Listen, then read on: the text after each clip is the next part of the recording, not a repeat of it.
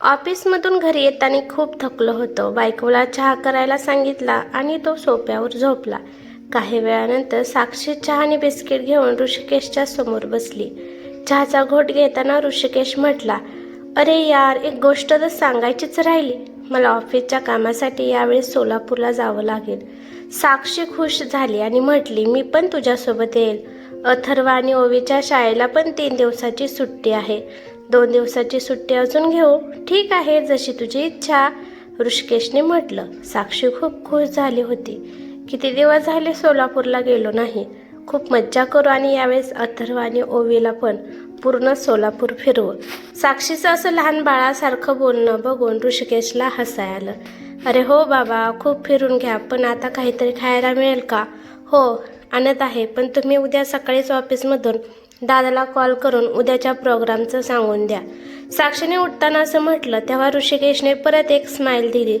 पण मी असा विचार करत होतो की यावेळेस त्यांना अचानक जाऊनच सरप्राईज देऊ. नको, तुम्ही फोन करून द्या. रूममधून निघताना साक्षी एका क्षणासाठी थांबली. पण का? अरे त्यांना काही तयारी करावी लागेल ना, शेवटी तो जावई आहे त्या घरचा, असं बोलत साक्षी स्वयंपाकखोलीकडे गेली. पण ऋषिकेशचा चेहरा गंभीर झाला होता. साक्षीची ही गोष्ट तर त्याला आवडत नव्हती. सासरी त्याचा जास्त मान सन्मान होत होता, म्हणून तो स्वतः संकोच करून तिथे कमी जायचा. साक्षीच्या दादाने आणि बहिणीने जेव्हा जेव्हा मान सन्मानाचं नातं तोडण्याचा प्रयत्न केला तेव्हा साक्षीने त्यामध्ये बदल होऊ दिला नाही आणि म्हटली, आम्ही कुठे इथे रोज रोज येतो. या नात्यामध्ये ऋषिकेशने साक्षीला समजण्याचा खूप प्रयत्न केला, पण सगळं व्यर्थ गेलं. तिच्या डोक्यामध्ये तर संस्काराची शाईच उमटली होती की तिच्यावर कोणताच रंग चढत नव्हता. साक्षी नाश्ता घेऊन आली. ऋषिकेश नाश्ता करण्यासाठी उठला तेव्हा तो हळू आवाजात म्हटला, शुक्रवारी रात्रीच्याला जायचं आहे. मी ऑफिसमधून कोणाला तरी बुकिंगसाठी पाठवतो. तू सगळी तयारी करून घे. सोलापूरला जायचं ऐकून अथर्व आणि ओवी खूप खुश झाले होते. त्यांच्या मागच्या आठवणी अजून ताज्या होत्या, तर ते समोरची तयारी करत होते. तुला आठवत आहे का अथर्व? मागच्या वेळेस मामाच्या इथे किती मज्जा आली होती. रोज जिलेबी, गुलाबजाम, चॉकलेट, आईस्क्रीम, रसगुल्ले वगैरे वगैरे खात होतो आणि व्हिडिओ स्क्रीनवर पिक्चर बघत होतो.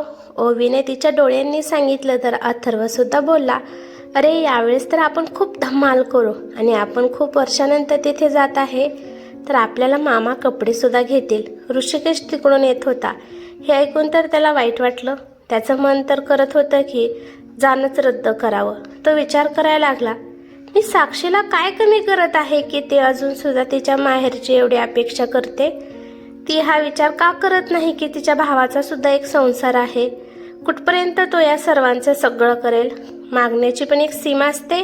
जर भाव त्याचे कर्तव्य पूर्ण करत असेल तर बहिणीचं पण तर कर्तव्य आहे. पण साक्षी तर या गोष्टीमध्ये पूर्ण रिकामी आहे. अधिकार तर ती खूप दाखवते, पण कर्तव्याच्या लक्षम रेखेजवळ सुद्धा ती जात नाही. आता ओवी आणि अथर्वच्या डोक्यामध्ये सुद्धा ही गोष्ट भरून ती चांगलं करत नव्हती. तेव्हा ऋषिकेशने मनामध्ये ठरवलं की यावेळेस सोलापूरवरून परत आल्यावर साक्षीला या विषयावर स्पष्ट बोलायचं आहे. आता जाताना तो या विषयावर बोलून साक्षीचा आणि त्याचा मूड खराब करणार नव्हता. बस स्टॉपवरती दादा बहिणी आले होते, पण यावेळेस ऋषिकेशने निरीक्षण केलं की प्रत्येक वेळेस जसा त्यांचा उत्साह असतो तसा यावेळेस नाही आहे. घरी जाताना त्याने दबक्या आवाजात विचारायचा प्रयत्न केला. दादाने हसून दुर्लक्ष केलं, पण साक्षी या सगळ्या गोष्टीपासून बेसावध होती. ती तिच्या बहिणीला मुंबईचे किस्से सांगत बसली. घरी पोहोचल्यावर सर्वांनी नाश्ता केला. खूप जोरदार भूक लागलेली होती आणि बहिणीने खूप स्वादिष्ट नाश्ता बनवला होता, कारण प्लेटवर प्लेट खाणं चालू होतं. नाश्त्यानंतर वहिनी दुपारच्या स्वयंपाकाची तयारी करत होत्या आणि साक्षी दादासोबत गप्पा मारण्यात मग्न झाली. दादा, तू ऑफिसमध्ये जाऊन गाडी परत दे, कारण मी यावेळेस अथर्व आणि ओवीला पूर्ण सोलापूर घुमवणार असा वादा केला आहे. गप्पा ऐकताना ऋषिकेशने हे ऐकल्यावर स्तब्ध झाला आणि पटकन उठला. तुझं काही पण असतं साक्षी, दादाचं ऑफिस आहे. 30 किलोमीटर प्रवास करून यायचा आणि परत संध्याकाळी काल ऑफिसमध्ये यायची. त्यापेक्षा तर असं कर, तुम्ही सगळे टॅक्सीने जा. अथर्व आणि ओवी टॅक्सीने सोलापूर आरामात बघतील. हे बघा, तुम्ही माझ्या आणि दादाच्या मध्ये बोलू नका. हे आमच्या दोघांमधली गोष्ट आहे. साक्षीने हे चिडून म्हटलं तर रागात ऋषिकेश बाहेर गेला. त्याला माहिती होतं माहेरी साक्षीला काही बोलणं सगळं काही व्यर्थ आहे. पुढचे 2 दिवस ऋषिकेश त्याच्या ऑफिसची मीटिंगमध्ये व्यस्त होता. त्याच्या कंपनीमधून एक नवीन फॅक्टरी खोलण्यासाठी अमेरिकावरून सुपरवायझर आले होते. त्यामुळे सकाळच्या, दुपारचं आणि रात्रीचं जेवण त्याला विदेशी लोकांसोबत करावं लागत होतं. त्यामुळे साक्षीने दादाच्या कारमधून अथर्व आणि ओवीचे मन भरून हौस पूर्ण केली. वहिनीचा मुलगा आणि मुलगी शाळेमध्ये जात होते आणि वहिनीला घरामध्येच खूप काम होते, कारण त्यांचा नोकर या दिवसामध्ये सुट्टीवर होता. त्यामुळे साक्षीसोबत अथर्व आणि ओवी होते. तिसऱ्या दिवशी ऋषिकेशने येऊन सांगितले की पुढचे 2 दिवस गोव्याला मीटिंग आहे. साक्षी, तू तिथे एकटी फिरू शकशील तर चल. साक्षीला यापेक्षा अजून कोणती खुशी होऊ शकते? चांगल्या हॉटेलमध्ये राहणं, चांगलं जेवण आणि कंपनीकडून मिळणाऱ्या गाडीमध्ये फिरणं. त्यामुळे तिने लगेच हो म्हटलं. पण गोवामध्ये तिचा पहिला दिवसच चांगला नाही गेला. तिथे पोचल्यावर तिथलं वातावरण खूप खराब झालं होतं. जोरात पाऊस पडत होता, जोरात वारे वाहत होते. ऋषिकेश गेल्यानंतर साक्षीला हॉटेलच्या रूममध्ये पूर्ण दिवस बसावं लागलं.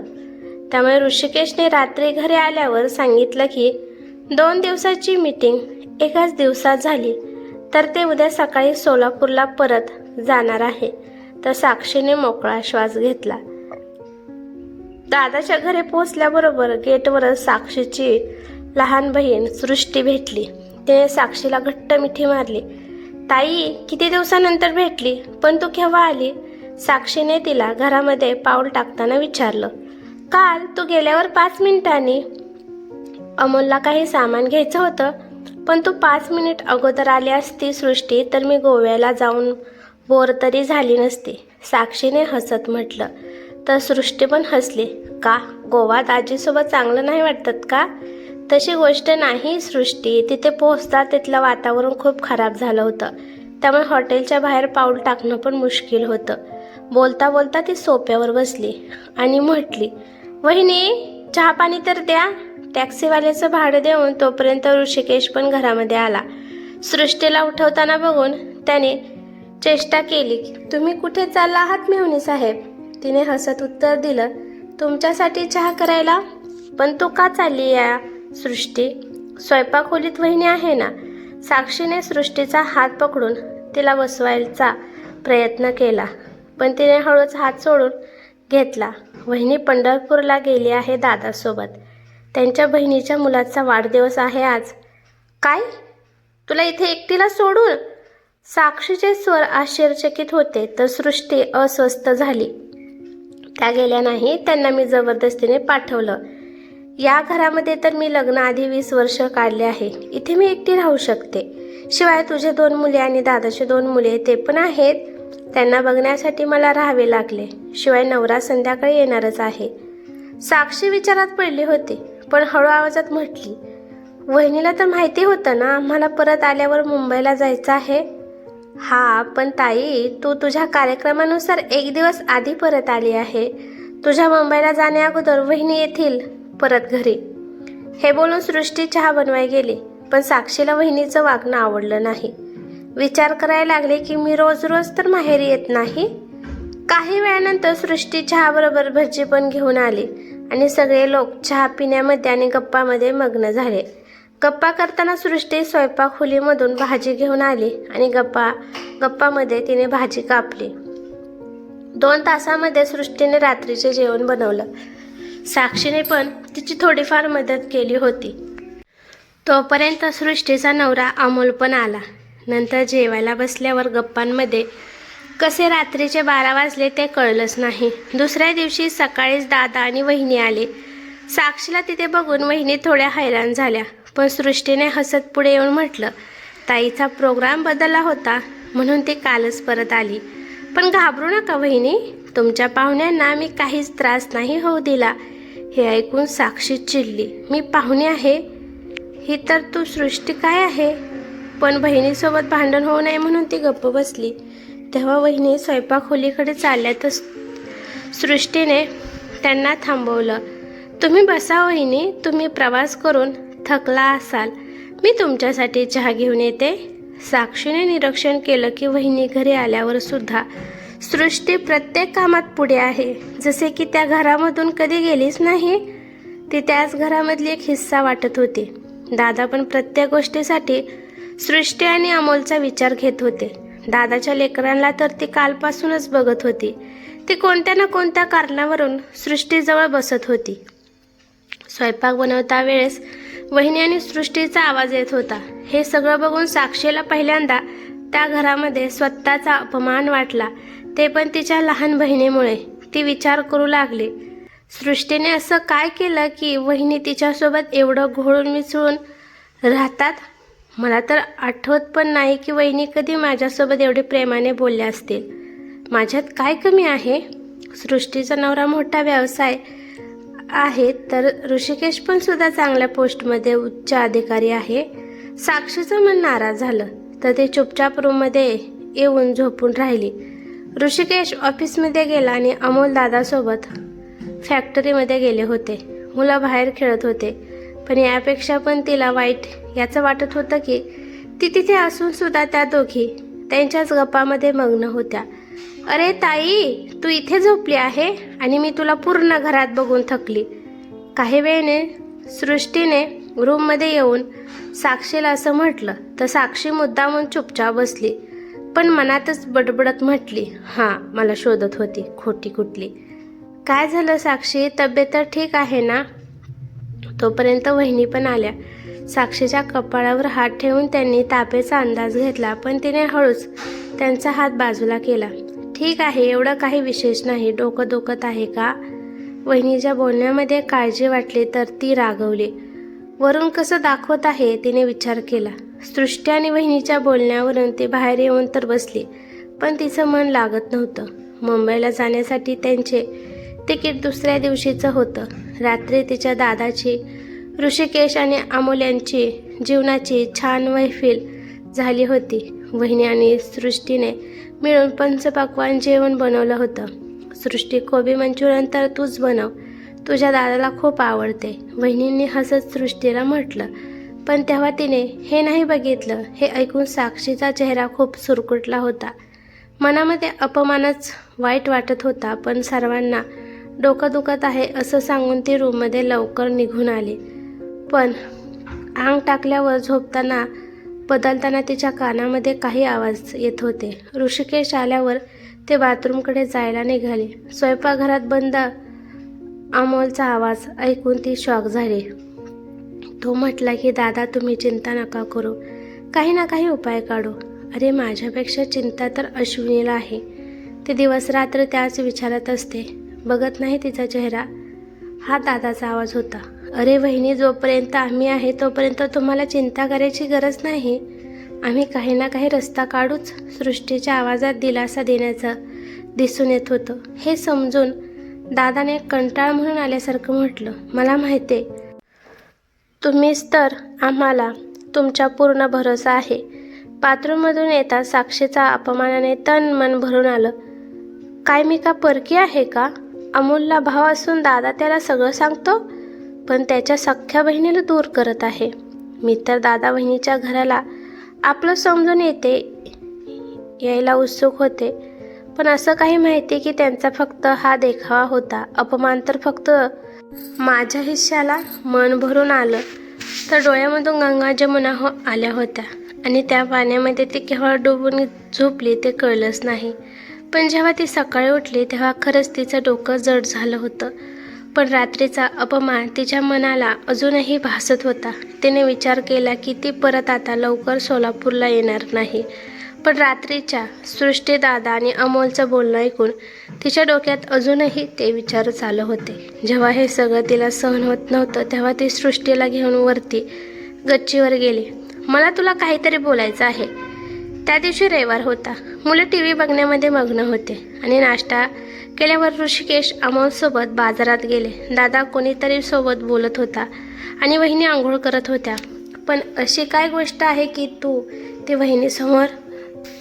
सृष्टीने गच्चीवर जाताना विचारलं तर साक्षी मध्येच म्हटली, काही गोष्टी अशा असतात ज्या आपण वहिनीसोबत बोलू शकत नाही. मला समजलं नाही तुझं म्हणणं काय आहे. मग सृष्टी मासू बनण्याचा प्रयत्न नको करू. माझ्यासोबत सगळ्यांचे वेगळेच वागणं आहे आणि एवढे दिवसाचं त्यांचं प्रेम समजत होती. आता माहिती पडलं की तो फक्त देखावा होता. साक्षीचा आवाज रागात होता, पण सृष्टीने तिचा आवाज कोमल बनवला. असं तू कसं बोलू शकते ताई? कसं बोलू शकते? साक्षी रागात म्हटली. आजपासून बघत आहे. दादाचा वहिनीचं प्रत्येक गोष्टीसाठी तुलाच विचारतात, बोलतात, सांगतात. शेवटी साक्षी बोलताना अडकली. तेव्हा सृष्टी हसली. हा तर तू सगळं ऐकलं. चला, हे पण चांगलं झालं. पण तिच्या बोलण्याकडे लक्ष नाही देता साक्षी तक्रार करत होती. बघ सृष्टी, मी तुझ्यापेक्षा मोठी आहे. दादाचं आपल्या दोघी बहिणीमध्ये असं अंतर करणं चांगली गोष्ट आहे का? आणि मला तुझ्याकडून ही अपेक्षा नव्हती. बहिणीच्या एकाही शब्दाकडे लक्ष न देता सृष्टी आपल्या एका शब्दावर जोर देत बोलली. पण ताई, हे अंतर बनवलं कोणी? हा विचार तू कधी केला? म्हणजे असं की हे अंतर तू स्वतः केलं आहे? सृष्टी रागवली होती. मी? हा ताई, तू. दादाला नेहमी बंधनात दाबून ठेवलं. त्याच्या कर्तव्यावर तू लक्ष ठेवलं, पण तुझं कर्तव्य तू नाही केलं. ताई, तू हे विसरली की रक्ताचं नातं खूप महत्त्वपूर्वक आणि मजबूत असतं, पण कधी कधी हेच नातं ओझं वाटू लागतं. आता वेळ आली आहे की या नात्याचं ओझं जाणून बुजून आपल्याच व्यक्तीच्या खांद्यावर टाकू नये. हे तू काय बोलत आहे सृष्टी? तू म्हणत काय आहे? मी दादासोबत माझं नातं? साक्षीचं बोलणं उद्धटवाणी होण्याआधी सृष्टीने हसत तिला म्हटलं. नाही ताई, दादाचं तुझ्यासोबत नातं त्याच जागेवर आहे. पण हां, याच नात्यामध्ये तू फक्त बहीण भावाचं नातं नाही तर मैत्रीचं नातं सुद्धा केलं तर अजून नातं घट्ट होईल. कारण मैत्री ही त्या झाडाचे फूल आहे. त्याचा सुगंध कधी संपत नाही. नातं निवडून नाही शकत, पण मैत्री बनवणे हा आपला अधिकार असतो. नातं हे आपलं जन्मताच असतं, पण मैत्री हे आपण स्वतः निर्माण करतो. त्यामुळे त्यांच्यामध्ये औपचारिकता नसते. मी पण हेच केले आहे ताई. औपचारिकता ही बाजूला ठेवून दादा वहिनीला माझे मित्र मैत्रीण बनवलं आहे. मला समजलं नाही सृष्टी. तुला तर माहिती आहे ताई, अमोलसोबत मी बऱ्याच वेळा सोलापूरला येते, पण एक बहीण म्हणून नाही तर एक मित्र म्हणून. या नात्यामध्ये मी त्यांचे प्रत्येक सुखदुःख वाटायचा प्रयत्न करते. मला माहिती वहिनीला फिरायची हौस आहे, पण मुलांच्या शाळेमुळे ती नाही जाऊ शकत. त्यामुळे मी इथे येऊन त्यांना फिरायला जायला चान्स देते. घरकामामध्ये त्यांची मदत करते. त्यामुळे त्यांना पण चांगलं वाटतं आणि मला पण. ताई, विचार कर. तो आपला भाव आहे म्हणून नेहमीच फक्त आपल्या मागण्या पूर्ण करणार का तो? शेवटी त्यांचा पण एक संसार आहे आणि आपल्याकडे पण काही कमी नाही आहे. सृष्टी आत्या, सृष्टी आत्या. तेव्हा दादाचा मुलगा रुद्रात त्याचा आवाज ऐकायला आला. पण जाता जाता ती साक्षीकडे विचाराचा अथांग सोडून गेली. साक्षी विचार करू लागली. किती बरोबर बोलली सृष्टी. पण मी नेहमी दादाला नात्याची धमकीच दाखवली. सोलापूरला येऊन मी पिक्चर, घुमणं फिरणं यामधून कधी हा विचार केलाच नाही की वहिनीला पण मी कधी कामात हातभार लावा. कोणत्या विचारात पडली होती ताई? काम करून सृष्टी परत वरती आली तर साक्षी दचकलीस. पण मनातली गोष्ट लपवून तिने विषय बदलला. ती दादाची समस्या? हां, ऐक. दादाला यावेळेस व्यवसायामध्ये 5 लाखाचा तोटा झाला आहे.